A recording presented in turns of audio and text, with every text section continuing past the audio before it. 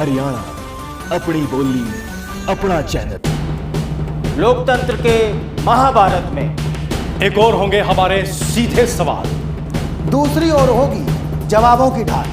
क्या तीखे सवालों से बच पाएंगे महारथी? लोकसभा चुनावों पर विशेष 14 का चक्रव्यूह। आनंद साहब, फरीदाबाद में किन किन वर्गों का समर्थन आप लोगों को मिल रहा है? सारी इंडस्ट्री मेरे साथ में है, सारे झुगी झोपड़ी मेरे साथ में है, सारे पंजाबी मेरे साथ में है, सारे जाट मेरे साथ में है और सारी मुस्लिम कम्युनिटी मेरे साथ में है। नहीं तो गुजर आपके साथ नहीं है, गुजर समुदाय आपके साथ नहीं है। गुजर समाज, मैं नहीं कहूंगा कि 100% है जी। गुजर भी 2 कैंडिडेट लड़ रहे हैं, बहरहाल उनके पास ज्यादा उनकी होगी। आनंद साहब, नंदा परिवार का समर्थन भी आपको मिल रहा है? आनंद साहब, नंदा परिवार का समर्थन भी आपको मिल रहा है? कहा जाता है कि उनका बहुत सारा कारोबार जो है वो फरीदाबाद में ही है।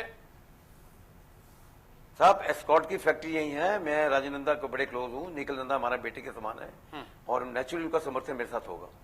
पर आनंद साहब, मैं ऑटो वाले, उनकी फैक्ट्री यही है, उनका भी समर्थन मेरे साथ है। आनंद साहब, मैं एक चीज पूछना चाहता हूँ, आप इतने रिनाउंड आप एडवोकेट हैं, आपने जिंदगी की वो सारी ऊंचाइयां देखी हैं, आप उस समाज से आते हैं जिस समाज में वहां पर जाट गुजर, ये समाज वो समाज, इस प्रकार की राजनीति, और मैं आपसे भी देख रहा हूं, आपके मुंह से भी ये तमाम सारी चीजें निकल रही हैं। मुझे लग रहा है आप सचमुच में हरियाणा की राजनीति में रंग गए हैं।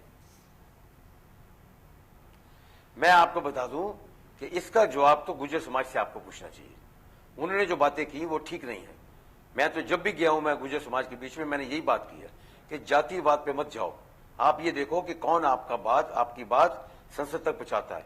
30 साल में आज तक किसी ने एक क्वेश्चन, चाहे बढ़ाना साहब हो, चाहे बंदा साहब हो, चाहे और हो, एक बात संसद में नहीं उठाई।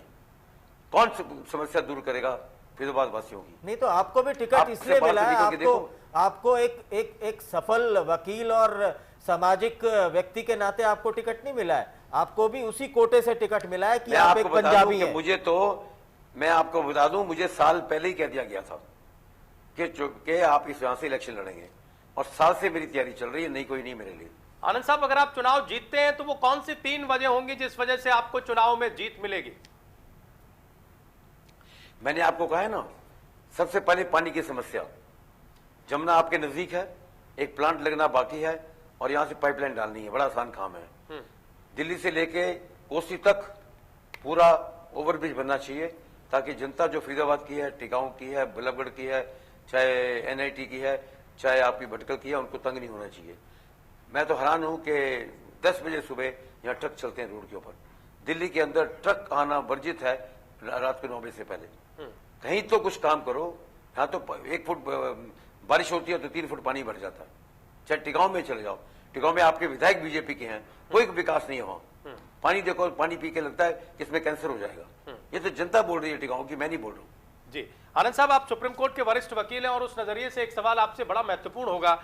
आप जिस पार्टी के टिकट पर चुनाव लड़ रहे हैं, उस पार्टी के मुखिया पर करप्शन के आरोप लगे हैं, वो जेल में बंद हैं, इसे आप किस तरह से देखते हैं? मैं आपको इसका जवाब दे देता हूं जी।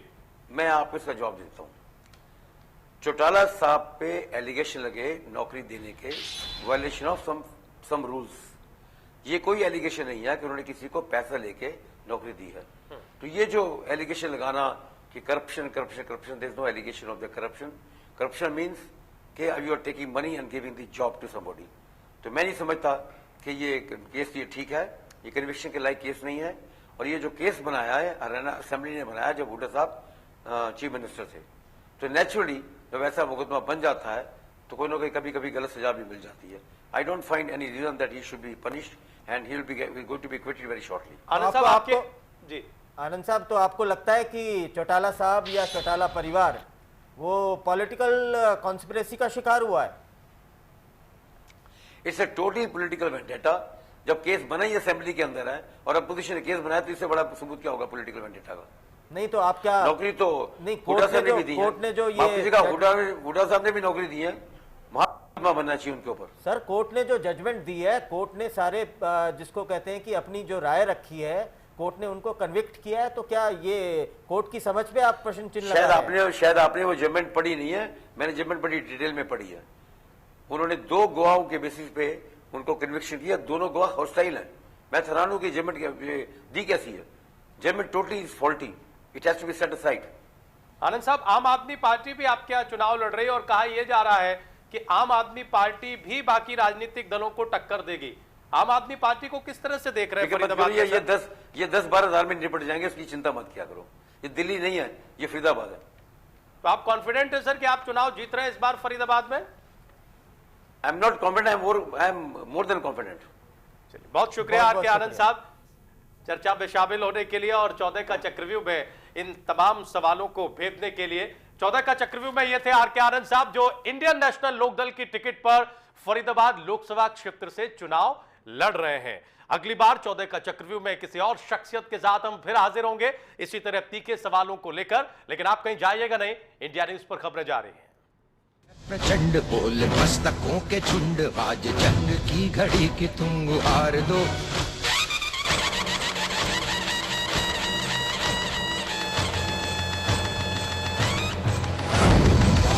है प्रचंड बोल मस्त